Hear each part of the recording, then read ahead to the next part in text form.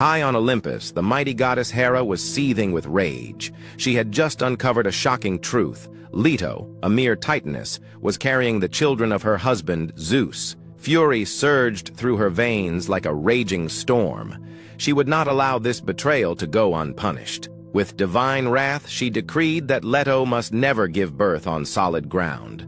No land, no island, no refuge would shelter the forsaken mother. Banished and desperate, Leto wandered endlessly, clutching her swollen belly, her pain growing with each passing moment. The heavens remained silent, the earth refused her rest. Just when it seemed all hope was lost, a miracle appeared, a lonely floating island untethered to the world below. Delos. It was her salvation. The moment Leto set foot on Delos, labor consumed her. Her cries echoed across the waves. First came Artemis, radiant and fierce, with moonlight in her veins, and raven-black hair cascading like midnight shadows. Then her twin brother followed, Apollo, golden-haired and brilliant, glowing like the sun itself. A perfect balance of night and day had been born, but Hera's wrath was far from over. Furious at their survival, she unleashed a monstrous terror. The serpent Python, a beast of nightmare, its slithering form coiling through the land, its deadly fangs seeking the newborns. Leto, cradling her divine children, fled across the world, the hiss of the serpent forever at her back. Exhausted and parched, she stumbled upon a small pond, its crystal-clear waters glistening with promise. But just as she reached for relief, a band of cruel peasants blocked her path. Their laughter was sharp, their hearts merciless. They churned the mud with their feet, poisoning the water, mocking the goddess's suffering.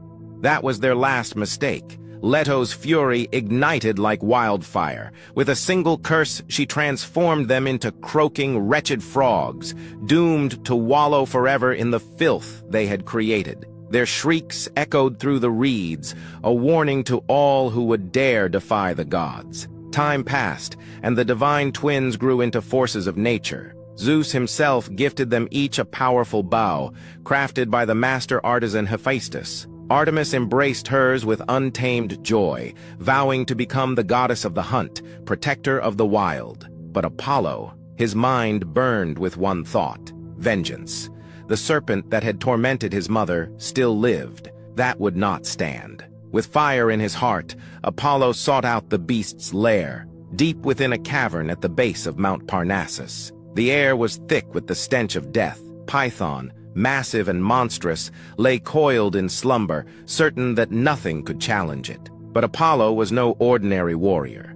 Drawing his bow, he fired a volley of blazing arrows into the darkness, each one a streak of pure light. The beast awoke with a deafening roar, its ancient eyes burning with malice. It lunged, fangs bared, scales glinting like armor. Arrow after arrow struck the monster, but its hide was impenetrable. The battle raged, divine speed clashing against ancient fury. Then Apollo saw it, a weakness, a chink in its monstrous defense. With unshakable focus, he loosed 2 arrows at once. One found its mark in the beast's eye, blinding it with agony. The other pierced its chest, striking deep where the scales were thin. Python howled, writhing in pain, its life slipping away. But Apollo was not finished. One final arrow, swift, deadly, unerring, shot through the monster's gaping maw. The serpent let out a final thunderous shriek before collapsing, its massive form shuddering one last time before falling still. Victory. Standing over the lifeless beast,